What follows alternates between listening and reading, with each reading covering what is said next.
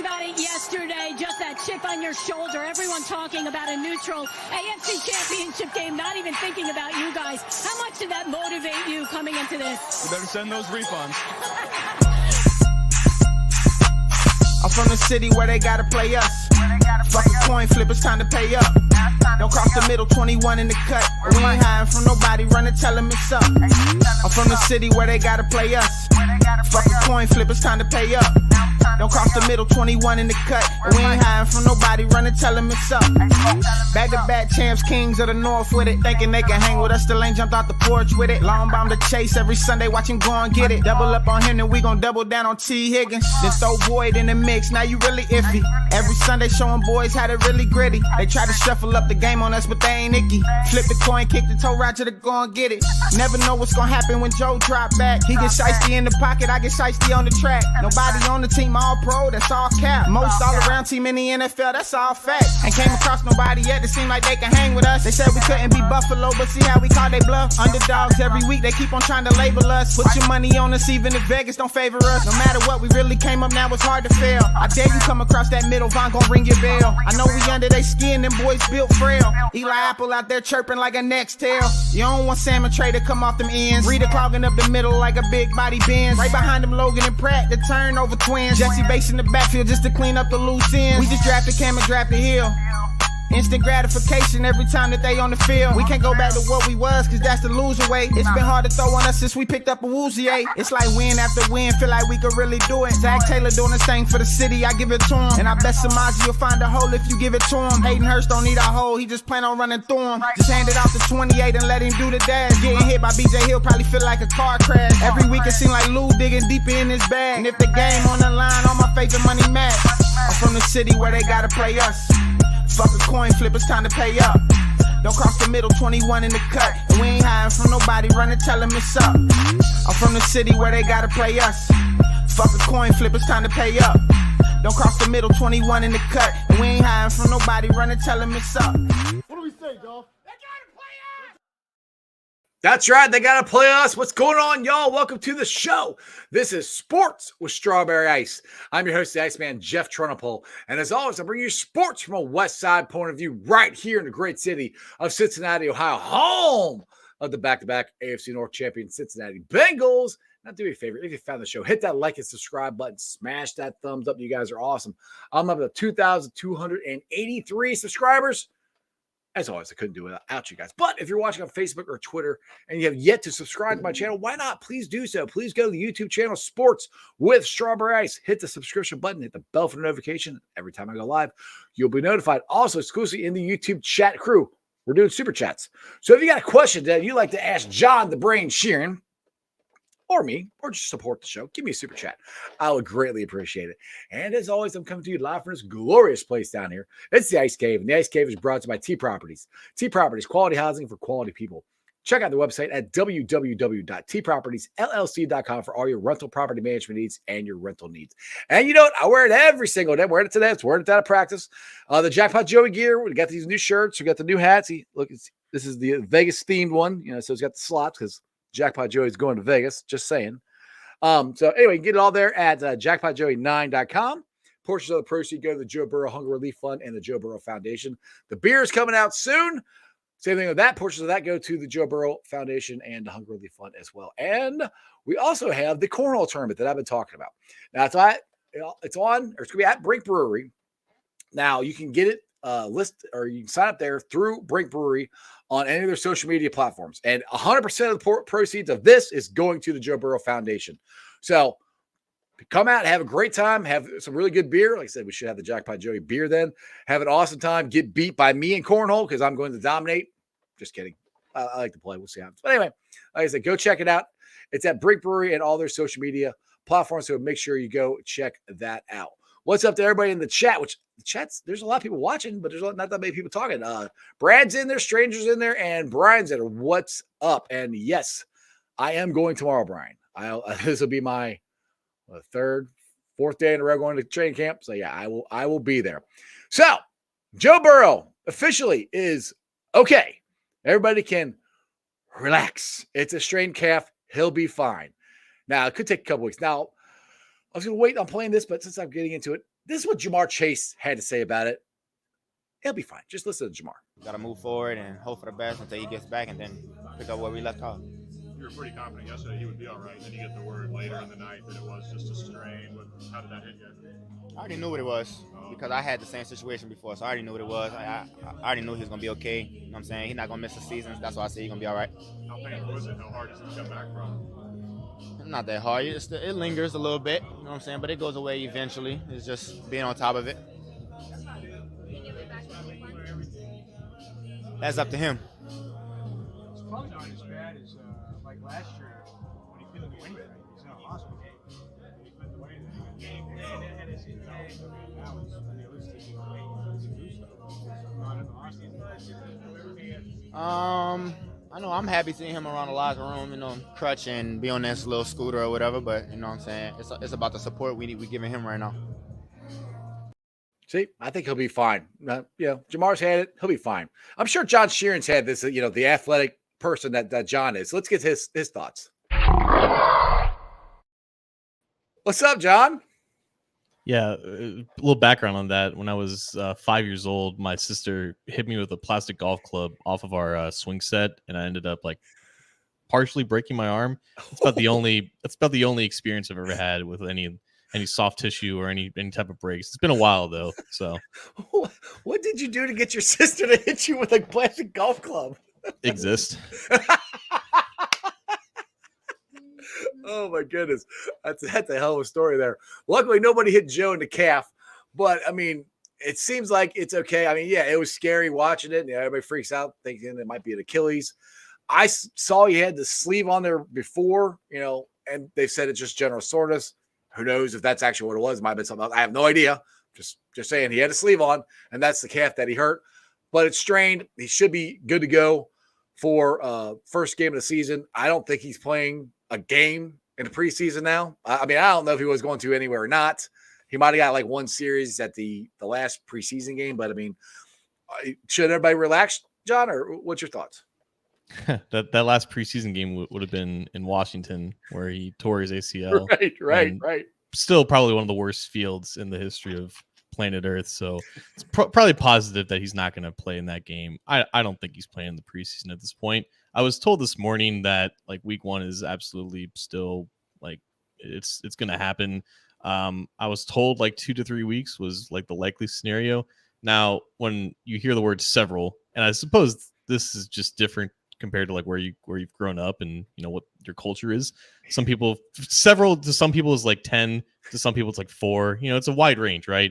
But I'm not here to like put anyone at ease. Like that's not my goal. Like I'm just trying to give like an objective analysis based off of like what I know about Zach Taylor and this team in general. Like 4 years ago when AJ Green hurt his toe on Welcome Stadium, it was his first year, Zach Taylor's first year as head coach, and he gave a pretty optimistic diagnosis, like, oh, he'll be fine, like a couple weeks, right?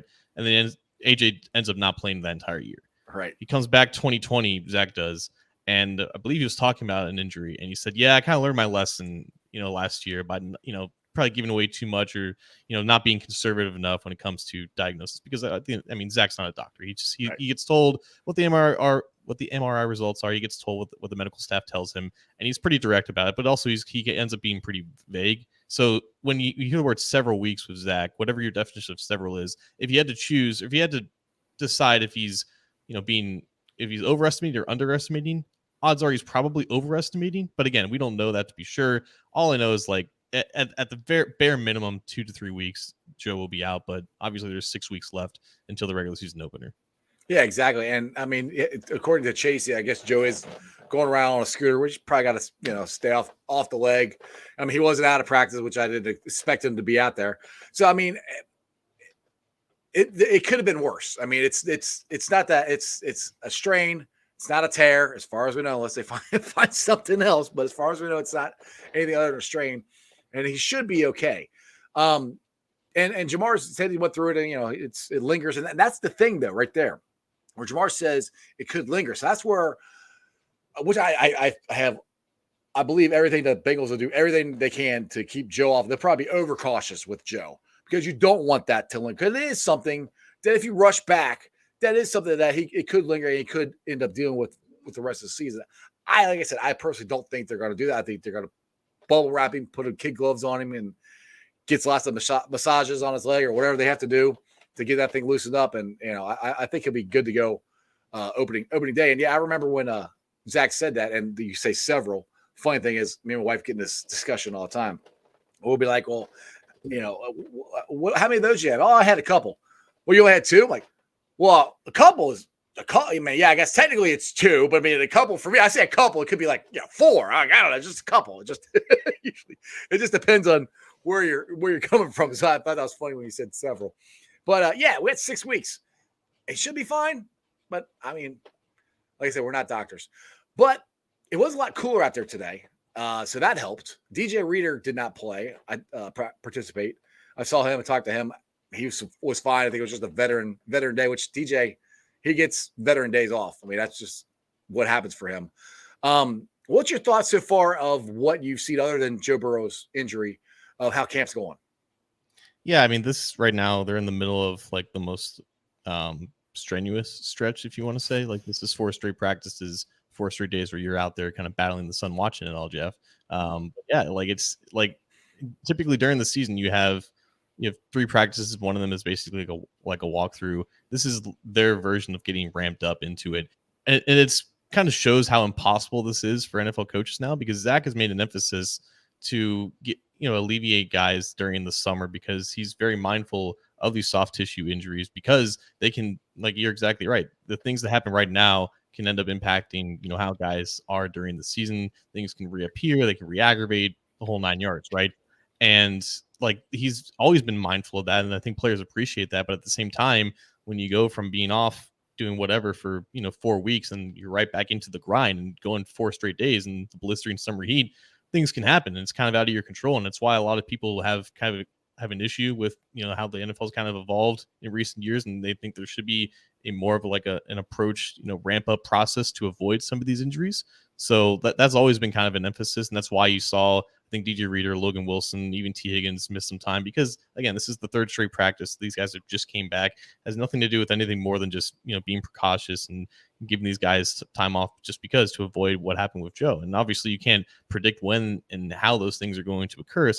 Most of the time it's just pretty random, but for the most part, like, this team looked pretty good, pretty locked in. Like, you typically see defense start to dominate early in training camp. It doesn't really seem to be the case now. You even saw Jake Browning, drop some dimes to Andre Yosevis, Tyler Boyd, T. Higgins was still making some plays out there. And that's honestly, I think it's the biggest thing to watch for, right? Like, how this offense still kind of rolls with now a rotation of backup quarterbacks in there, and how much that's going to affect, what happens when Joe comes back. Are they going to be off the same page or whatnot? That's honestly been it's the most unfortunate part about this. Even with Burrow coming back, you're still losing time and valuable reps with those guys. But I don't think this team has been this locked in with each other ever since Zach came in. And I think that definitely helps and will definitely provide a buffer for whatever time Joe has to miss. Yeah, exactly. And Joe was killing it, dude. I mean, I've been calling him jacked pot Joey, because he's gotten more muscle on him. But I mean, I don't want to say he looked in mid-season form, but it was awful damn close, dude. Because he was rolling out to the side and jumping off the leg that he pulled and popping the passes. I mean, he wasn't missing passes. I mean, now Trevor Siemian today, he actually looked really good too. So I was pleasantly surprised. Not that I thought Trevor is a bad QB, but it was nice to see him play. And that goes to show, like you said, that this team, how locked in this team is, from the top all the way to the backups. All of them are locked in, and that's where it's weird. It's kind of hard to pull these guys back, because Joe was going full speed.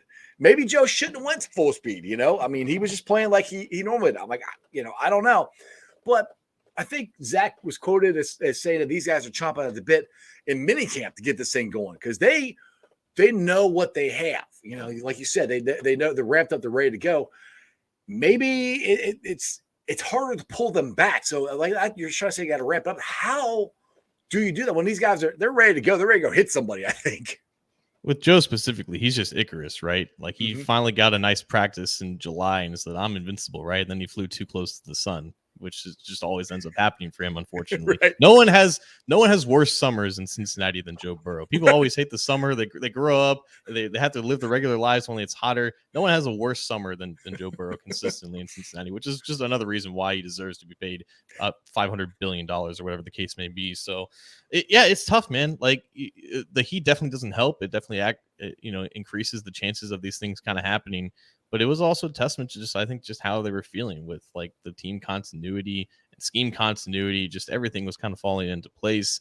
And yeah, like I don't think it's going to be that huge of a drop off as long as the backup quarterbacks end up looking pretty competent. But also, we haven't even gotten into full pads yet, and that's usually when the defense starts to pick it up. And you'll see that with the defensive line, you'll see that with the secondary too. But that's another thing, right? Like if you have a safety duo in Dax Hill and Nick Scott who are still, trying to find a working relationship, that could mean the offense has some better days out there, because there's no longer Jesse Bates and Von Bell back there, on the same page and have this cohesive relationship. So that's another thing to watch for sure. Yeah, exactly. And the secondary in general, the DBs. I got this video, and I'm pretty proud of myself. I thought this was a pretty darn good video. I got. I want you to play it of Alan George. Check this out. This is a nice play. I know. They do a good job. Yes, It's the best sir. station left. It really is. I feel that. That's why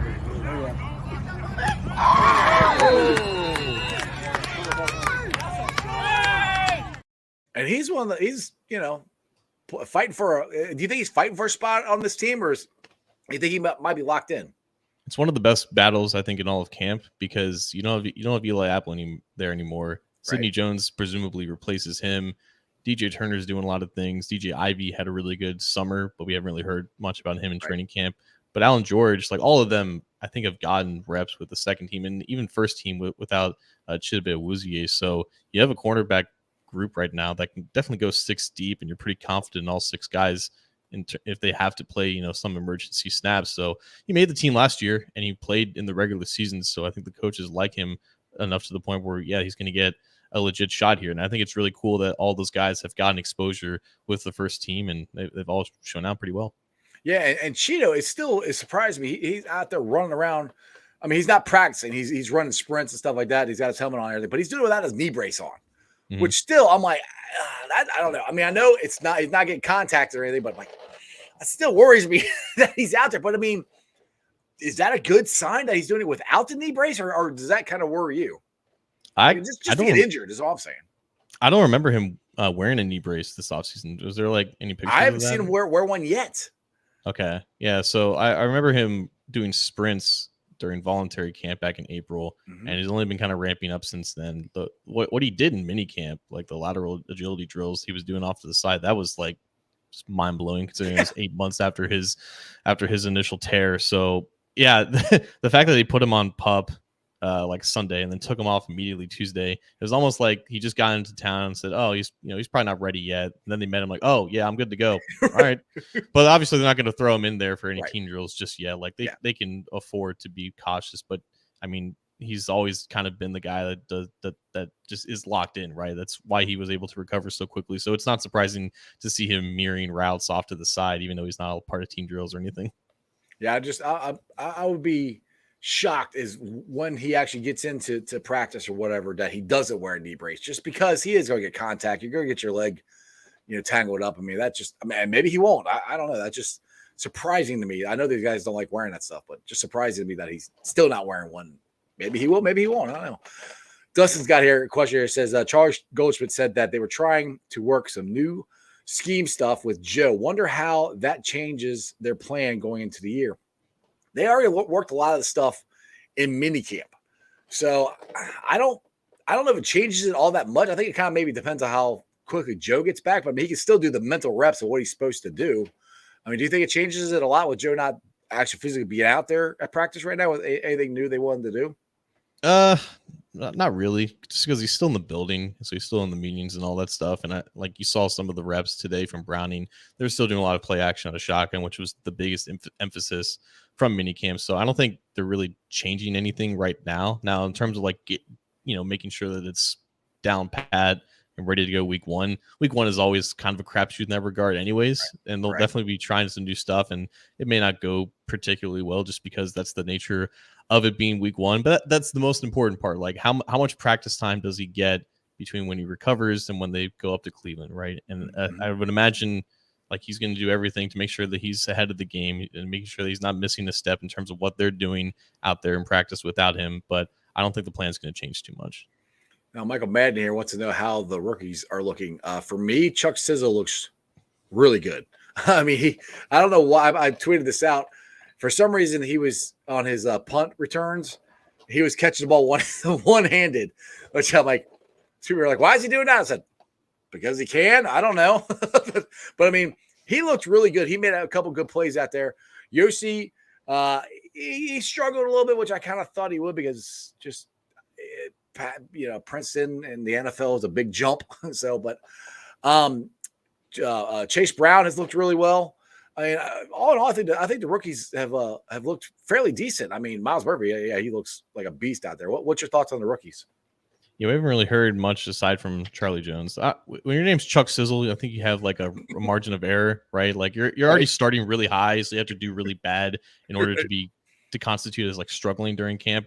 Like it's also just based off of just what people report. I haven't been down there. Like I heard Yosevich had some drops on Thursday, and then he caught like a really nice contested catch on Friday. And like you said, with the transition from Ivy League to the NFL, I think just battling coverages, like tight coverages, I think is probably going to be the biggest leap for him. I think he's a very smart dude, and he's probably picked up the playbook better than a lot of other rookies. He's also pretty old as well. He has plenty of experience, but just matching the physicality of NFL cornerbacks, especially now in training camp when guys get away with a lot of holding because there's no officials out there. The matching the physicality is going to be, I think, the biggest thing. But he's obviously a physical freak, so we'll see if that learning curve is kind of softened a little bit.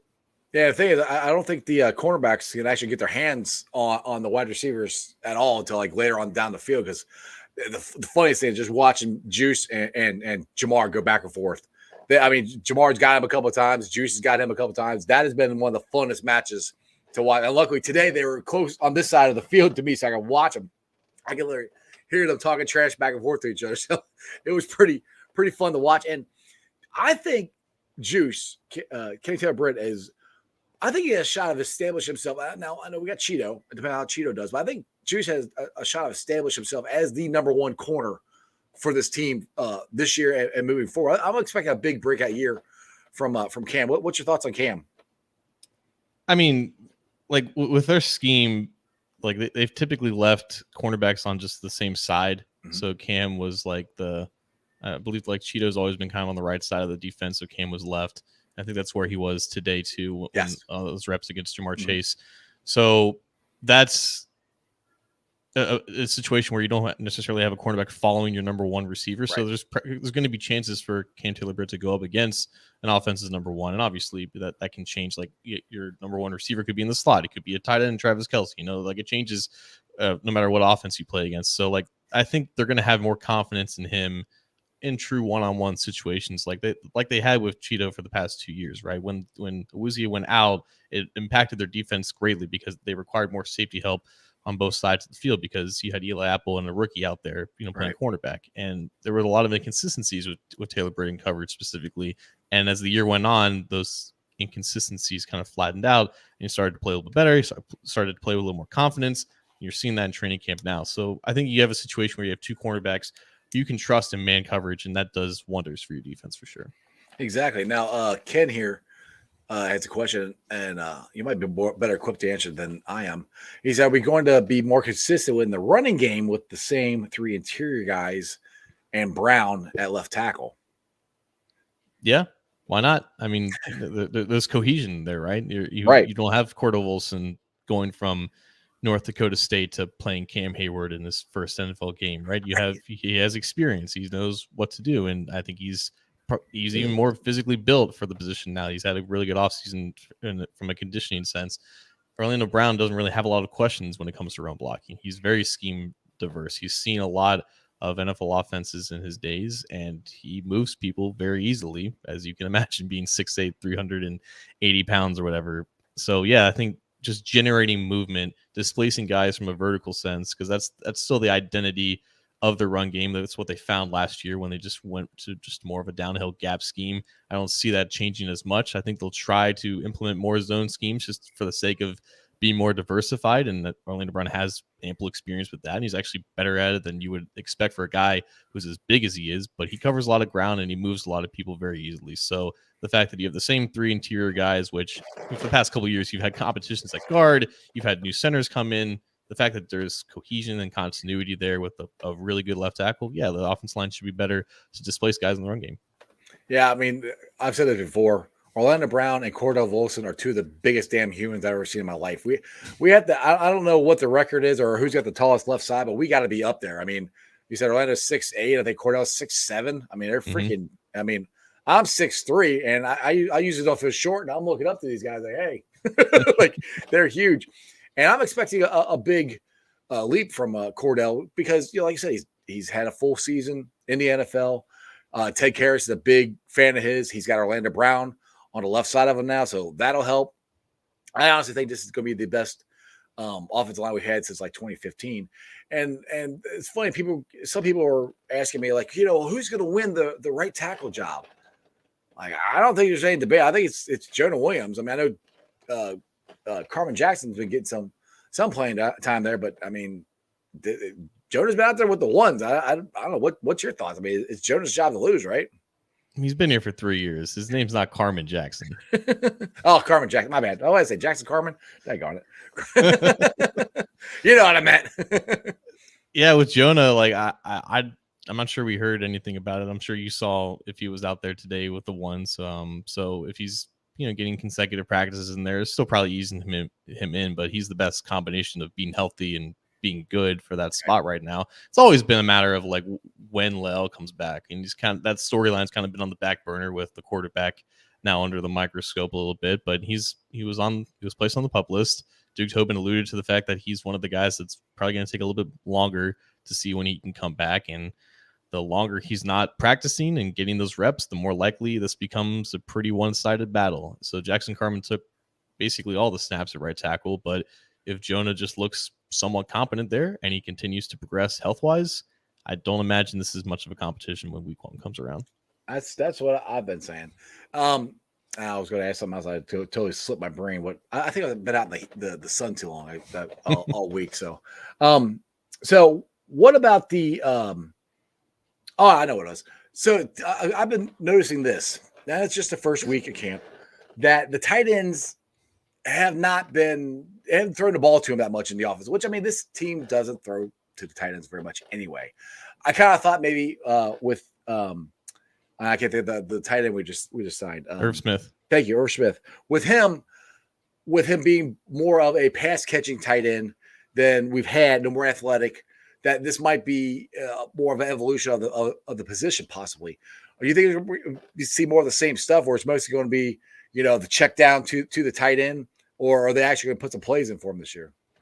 I think some of the clips that we've seen, like he's been kind of out wide and he's been running some outbreaking routes. And when looking at what he did in Minnesota, you notice some of that. Like he has great spatial awareness of the sideline. Like, I mean, he's not. I think he's like 6'2", 240-ish. So he's kind of built like an H-back, but right.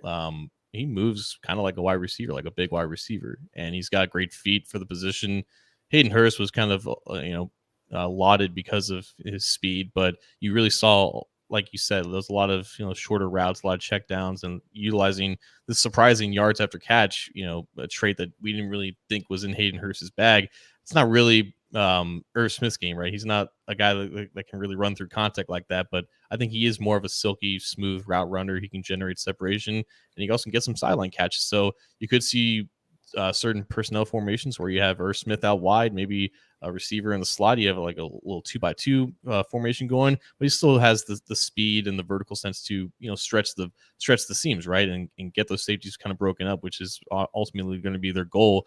It's always going to be a battle to get those safeties kind of moving off of their spots, just because of how safety rotations and 2 high coverages have been a thorn in the Bengals side. So having a weapon like that can really stretch the field and can also line up out wide, I think he's going to be more involved than Hayden Hurst was in the passing game. That's what I'm hoping to see from him. I'm just like I said, it's the first week of camp. we'll see what happens. But yeah, that's what I'd like to see. Now, with that being said, were you surprised? I wasn't. I called this that they brought back Mitchell Wilcox because they kind of had to, I think, and I think Mitchell Wilcox actually did pretty well for the Bengals last year when Hayden got hurt because he was the tight end for a couple games there.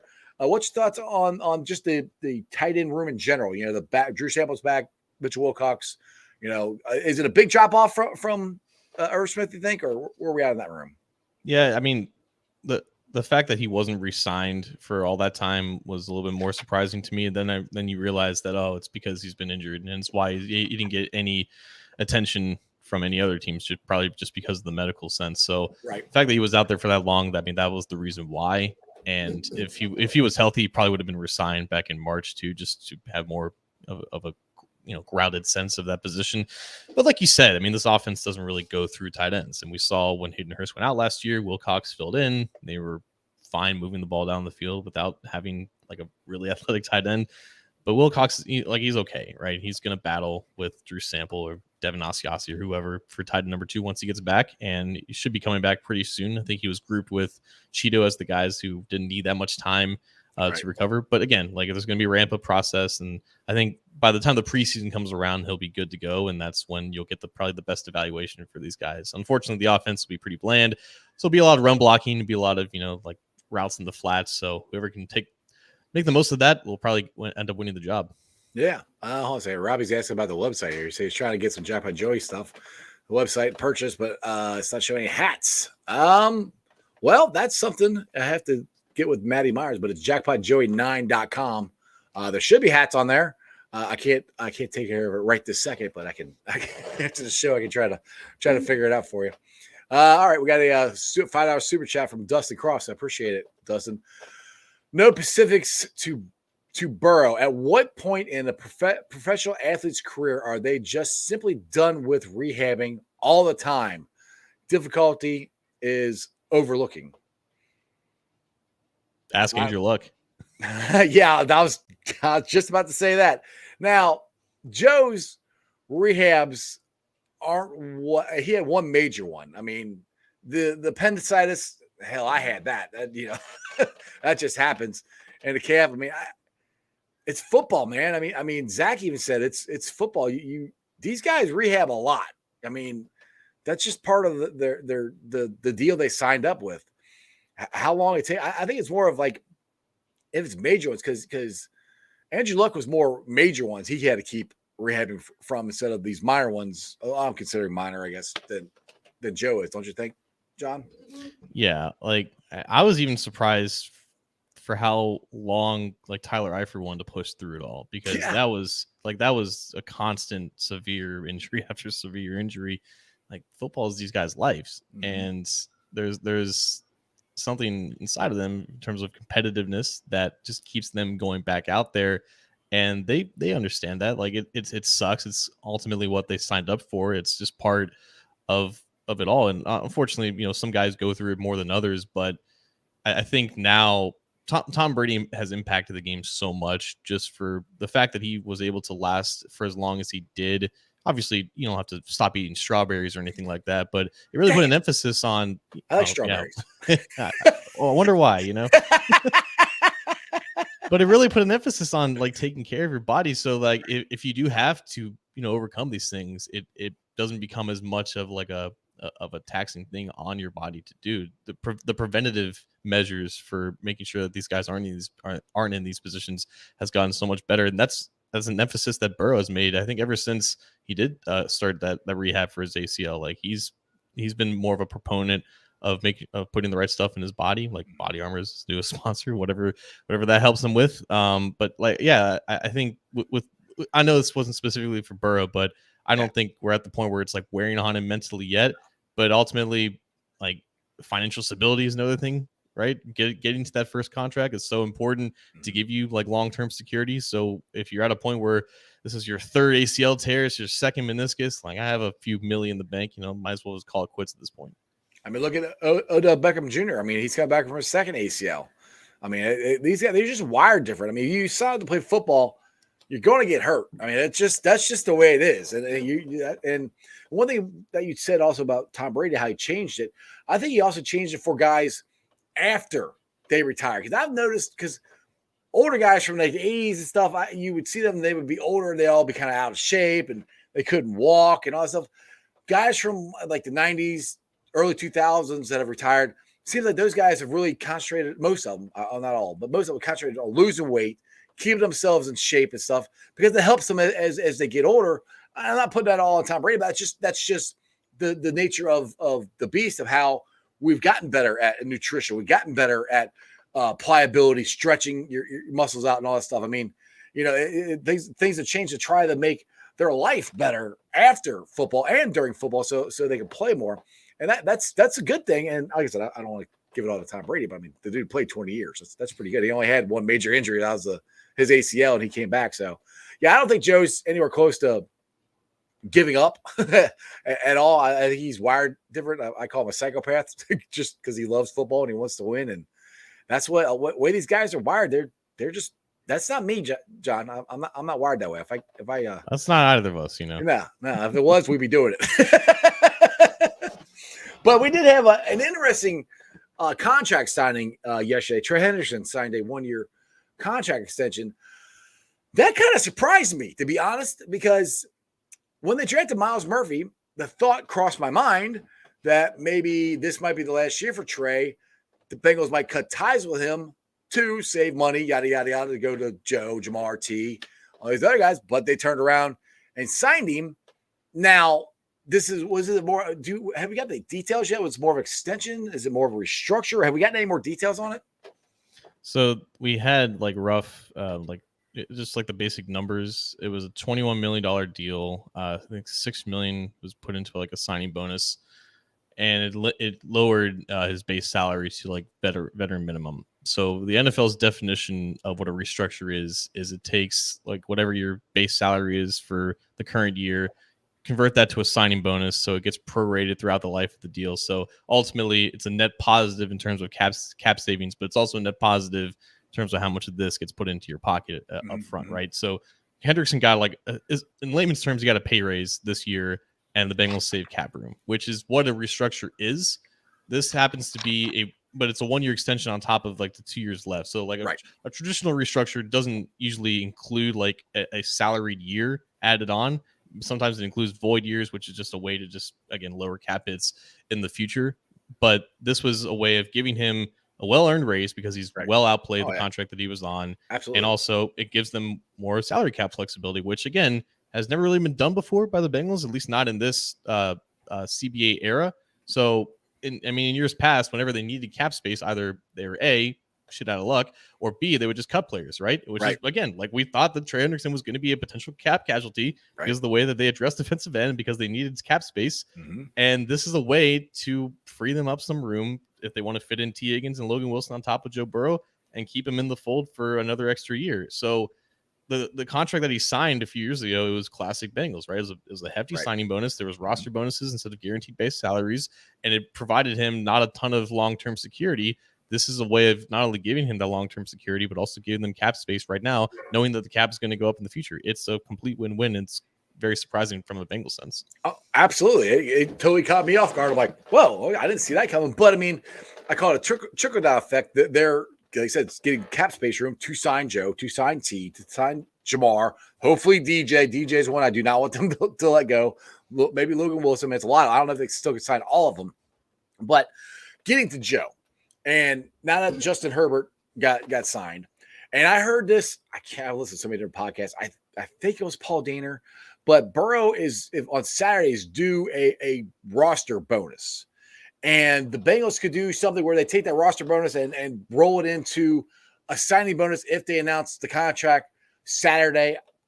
I don't know. For some reason, hearing that, Herbert getting his contract back together Saturday, I don't know. For some reason, it just seems like it's all going to fit together. Ooh, and you connecting dots here? I don't know. I'm trying. And Joe's they're announcing Joe's contract Saturday. Maybe I'm looking too much into this, but I don't know. What do you think?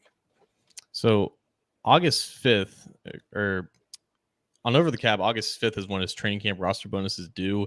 but it was on Twitter today. It was like the certain number of practices have to have occurred Or for that roster bonus to kick in. I think it was 5 of them.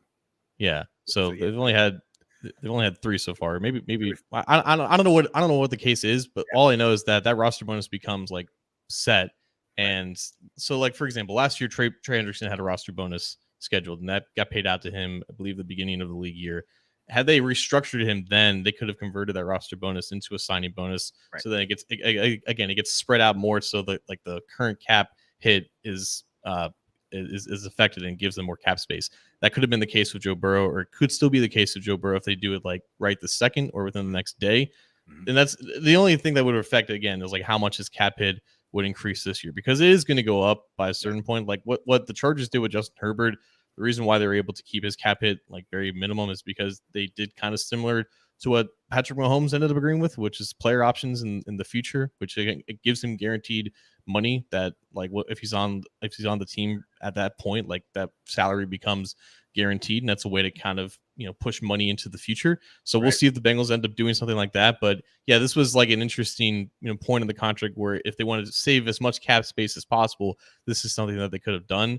But I would imagine, like, again, all these things are in motion at the same time, right? They have drafts for T. Higgins, for Logan Wilson, for Joe Burrow, all planned out. They have the financials set up. It's just a matter of crossing T's and dotting I's at this point. Yeah, exactly. And it's refreshing and really cool to watch the Bengals actually do this stuff that we would pull our hair out because they wouldn't do it, you know, 6 years ago.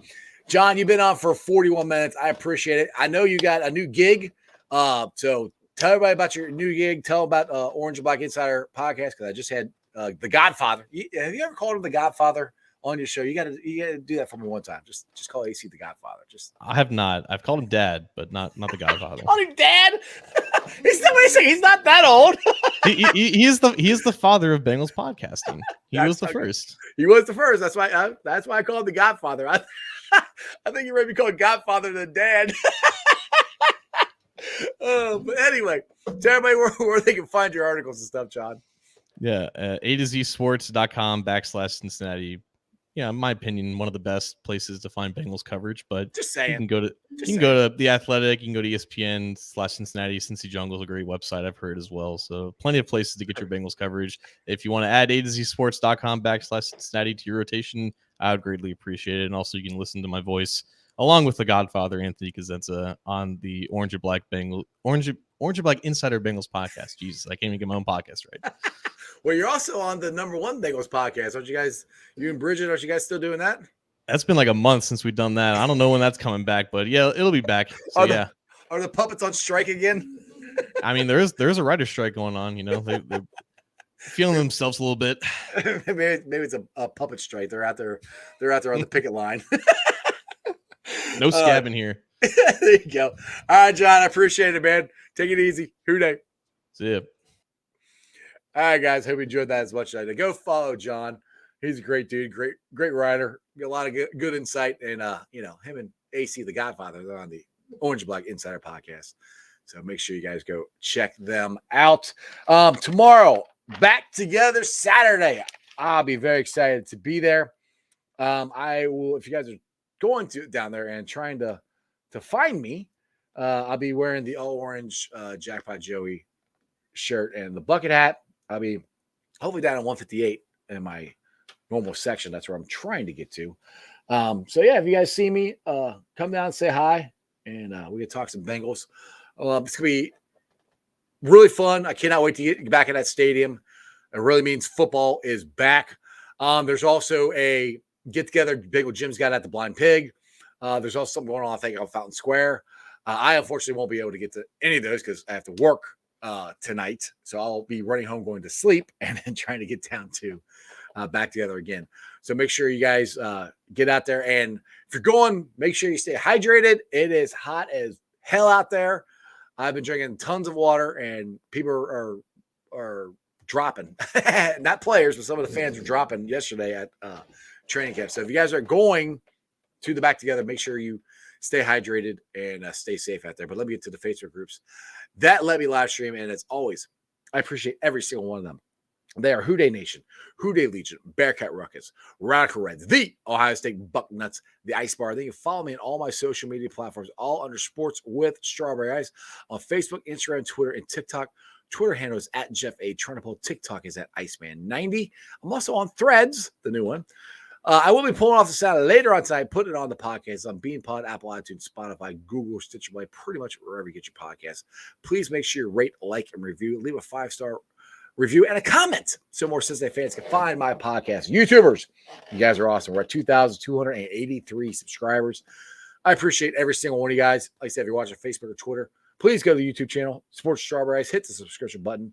And for everybody who I met that I practiced today, what's up? If you subscribe because you found out who I was, that's what I do. I do it every single day at 5:30. Well, not Monday through Friday. I say that. I don't do it on Saturdays or Sundays. Well, unless a Bengal like Evan McPherson, who said he'd come on, or Mitchell Wilcox, who said he'd come on.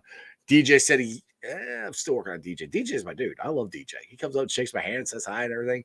I'm like, I got to get you on the podcast. But him and BJ Hill are kind of like, well, I'm still working on it. But anyway, great week of shows. It's football season. I'll see you guys tomorrow. Reds are a late night tonight. Going against the Dodgers. We got to get on a winning streak. Other than that, that's just sports, baby. See ya! Talked about it yesterday, just that chip on your shoulder. Everyone talking about a neutral AFC championship game, not even thinking about you guys. How much did that motivate you coming into this? You better send those refunds. I'm from the city where they gotta play us. Fuck a coin flip, it's time to pay up. Don't cross the middle, 21 in the cut. We ain't hiding from nobody, run and tell them it's up. I'm from the city where they gotta play us. Fuck a coin flip, it's time to pay up. Don't cross the middle, 21 in the cut. We ain't hiding from nobody, run and tell them it's up. Back-to-back champs, kings of the north with it. Thinking they can hang with us, still ain't jumped out the porch with it. Long bomb to chase every Sunday, watch him go and get it. Double up on him, then we gon' double down on T. Higgins. Then throw Boyd in the mix, now you really iffy. Every Sunday showing boys how to really gritty. They try to shuffle up the game on us, but they ain't icky. Flip the coin, kick the toe right to the go and get it. Never know what's gonna happen when Joe drop back. He get shiesty in the pocket, I get shiesty on the track. Nobody on the team all pro, that's all cap. Most all around team in the NFL, that's all fact. Ain't came across nobody yet that seem like they can hang with us. They said we couldn't be Buffalo, but see how we call they bluff. Underdogs every week, they keep on trying to label us. Put your money on us, even if Vegas don't favor us. No matter what, we really came up, now it's hard to fail. I dare you come across that middle, Von gon' ring your bell. I know we under they skin, them boys built frail. Eli Apple out there chirping like a next tail. You don't want Salmon Trey to come off them ends. Rita clogging up the middle like a big body Benz. Right behind them Logan and Pratt, the turnover twins. Jesse Bates in the backfield just to clean up the loose ends. We just drafted Cam and drafted Hill.